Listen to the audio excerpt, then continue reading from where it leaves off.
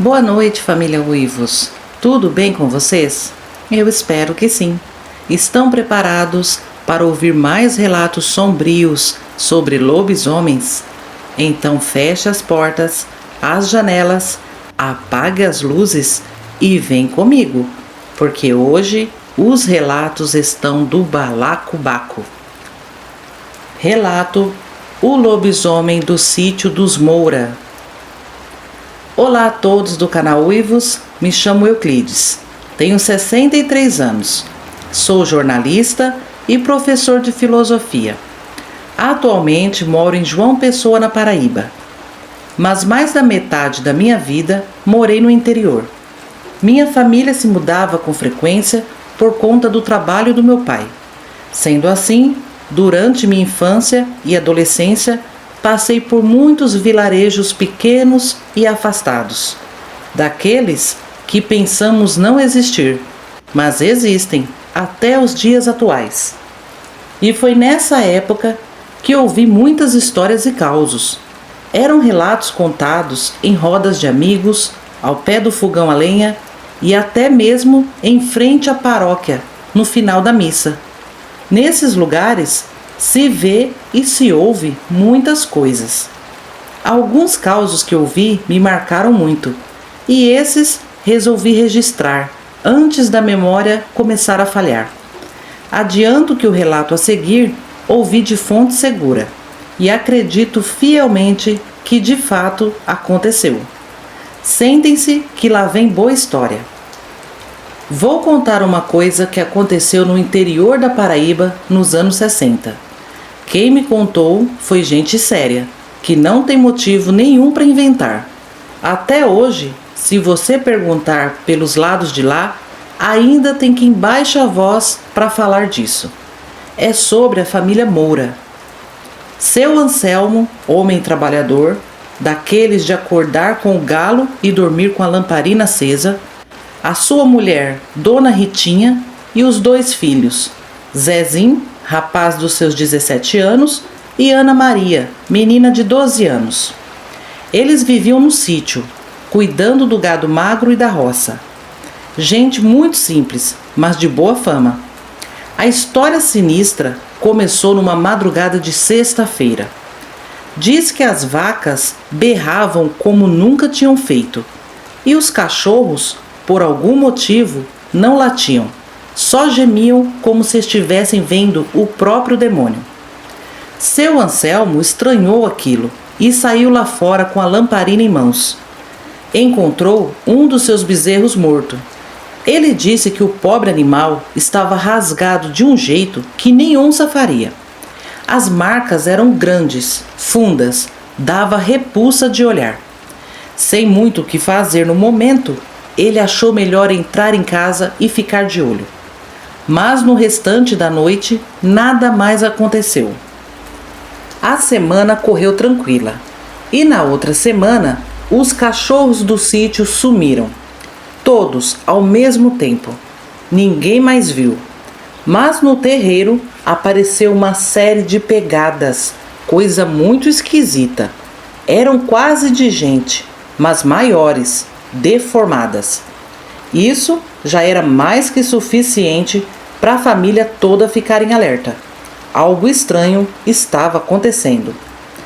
Aí o alerta aumentou quando o rapaz Zezinho jurou a seu Anselmo que viu uma sombra grande correndo no mato beirando a cerca do sítio. O corpo era curvado e tinha o focinho esticado.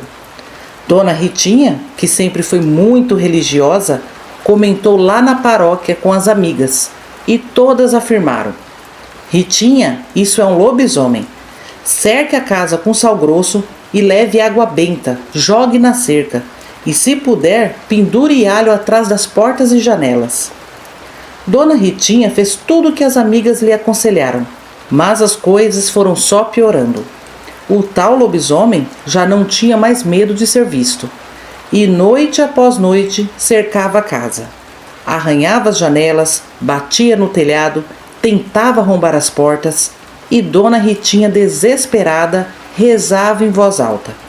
Ana Maria chorava escondida embaixo do cobertor, Zezinho ficava apreensivo e seu Anselmo ficava firme, com a espingarda na mão, esperando o pior.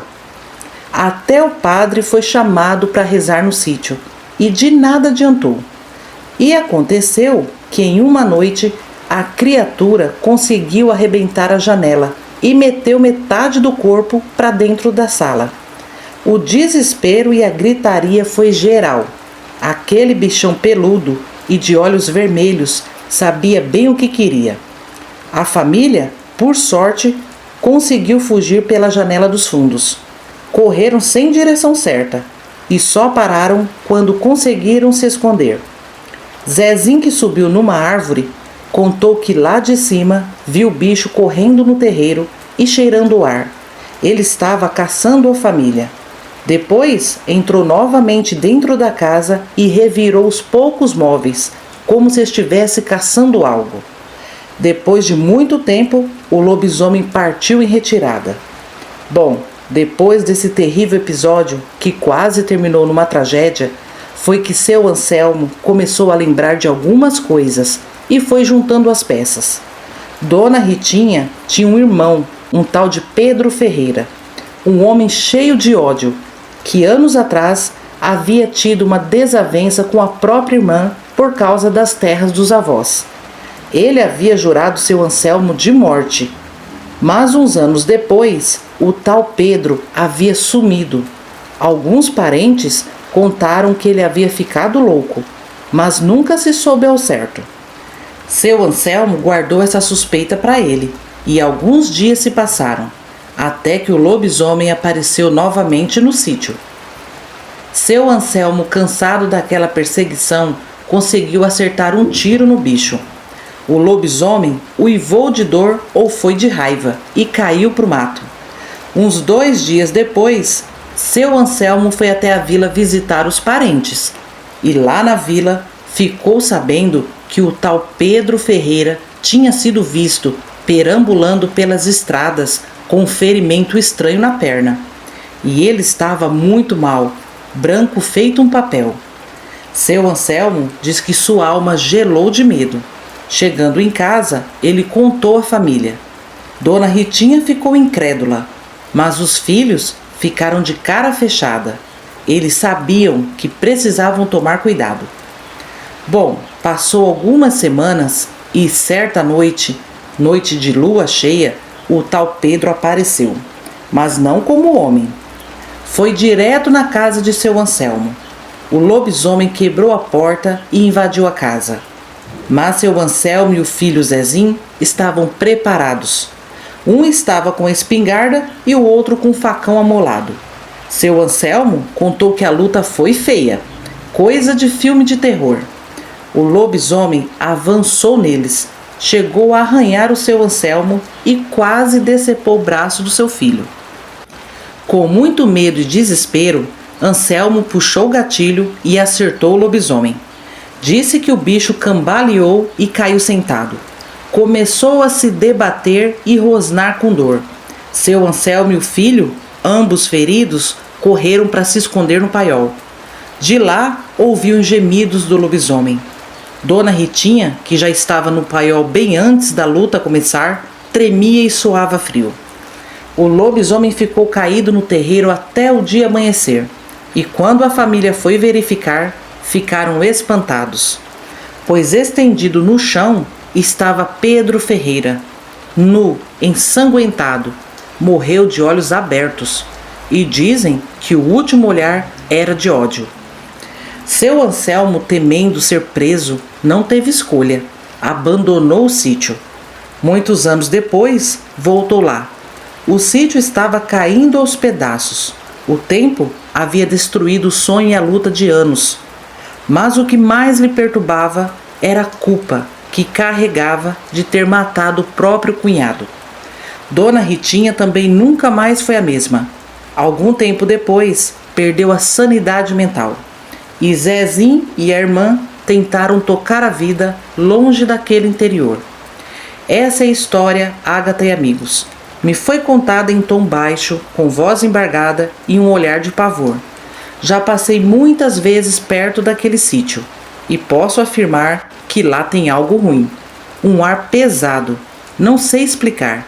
É como se o espírito ruim do tal Pedro ainda vivesse por lá. Antigamente, era muito comum algumas pessoas utilizarem feitiçarias e até mesmo materializar demônios em forma de lobisomem para praticar o mal. Tenho outros relatos originais para contar, todos que ouvi de quem viveu a situação. Em breve, mandarei os outros. Muito obrigada a quem ouviu e se cuidem. O pior lobisomem é o de pacto. Ele vem para caçar e matar. Boa noite. Relato: lobisomem andava dentro da pousada em Minas Gerais. Boa noite, Ágata, e saudações aos inscritos. Me chamo Antônio Carlos. Antes de começar o meu relato, preciso dizer que não sou louco e muito menos mentiroso. Nunca acreditei em nada sobrenatural. Por mais que ouvia meus avós contando causos cabeludos que viveram há décadas atrás, eu sempre levei pelo lado da zoeira. Mas em 2017, sem aviso prévio, aconteceu comigo. Eu juro para vocês, que sensação horrível! Senti um medo fora do comum. Vamos lá, eu moro em São Paulo. Tinha 27 anos em 2017. Trabalhava numa metalúrgica. Em setembro daquele ano, tirei 30 dias de férias. E já tinha me programado para fazer uma viagem turística. Conhecer algumas cidades históricas de Minas Gerais. A minha primeira parada foi em Tiradentes. Fiquei 4 dias. Cidade maravilhosa, cheia de histórias. Depois fui para Ouro Preto. E lá foi que vivi o terror que contarei agora. Chegando lá, procurei por uma pousada simples e que caberia no meu orçamento. E bem afastado do centro, achei uma perfeita, numa ladeira de pedra com uma vista maravilhosa da cidade. Era um casarão muito antigo, todo de madeira, com paredes grossas e corredores compridos.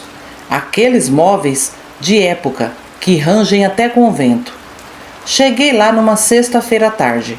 A dona da pousada, uma senhora bem simpática, chamada Dona Ana, me entregou a chave do quarto no segundo andar.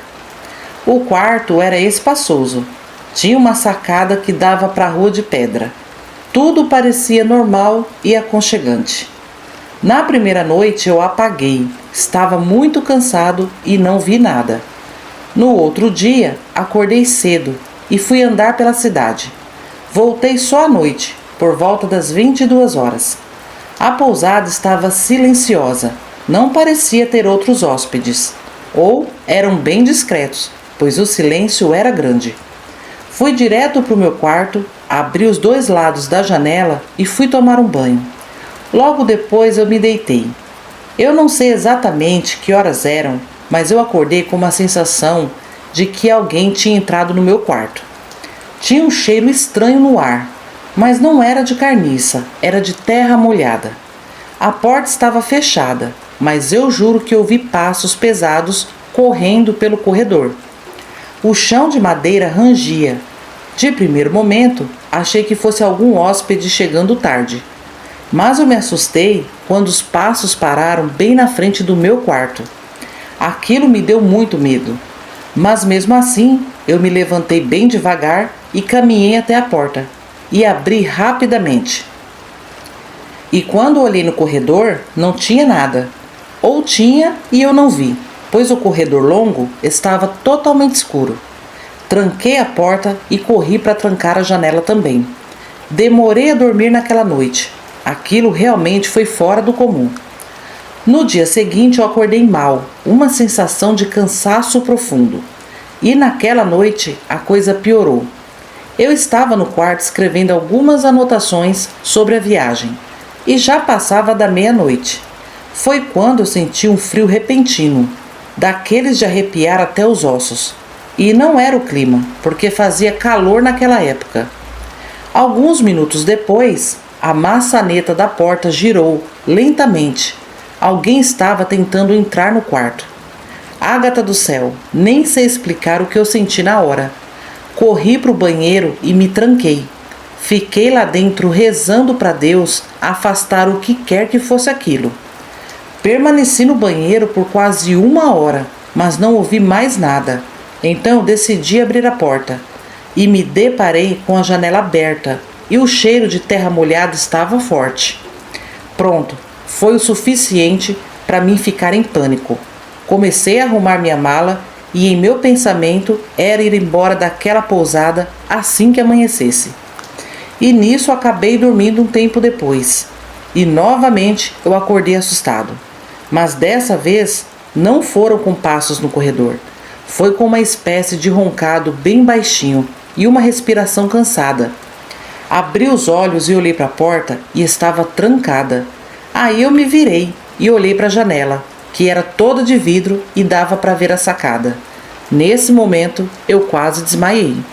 Tinha um lobisomem acocorado do lado de fora, cheirando a janela. Ágata, aquilo acocorado, devia ter 1,5 m.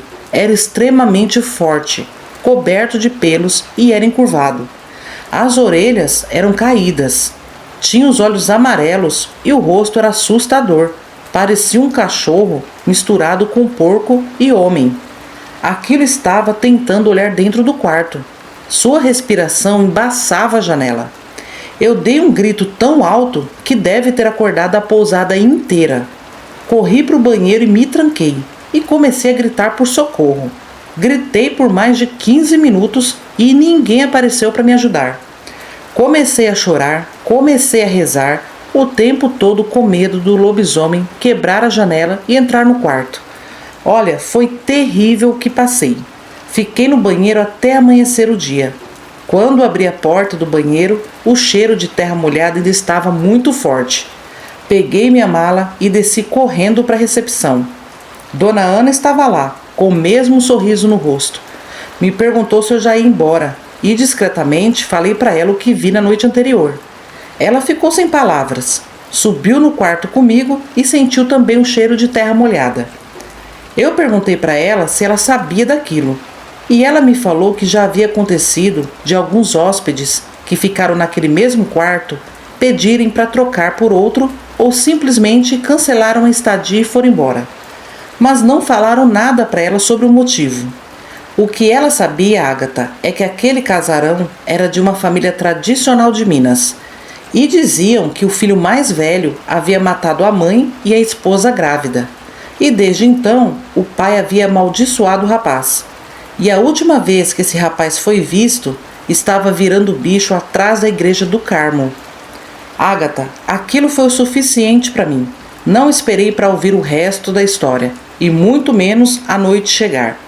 Desejei boa sorte a Dona Ana, aconselhei que ela avisasse o padre e as autoridades sobre esse lobisomem rondando a pousada e peguei a estrada.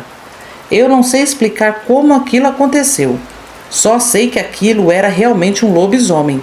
Não era miragem, era real. Lobisomem é um bicho assustador que eu nunca mais quero ver na minha vida. Aprendi que às vezes compensa pagar mais caro, mas se hospedar num lugar mais movimentado e seguro.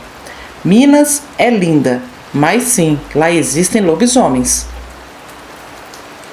Esses foram os relatos de hoje, família Uivos. Eu achei muito interessante a história do primeiro relato. E não duvido, pois nos interiores aconteciam e ainda acontecem coisas que nem imaginamos.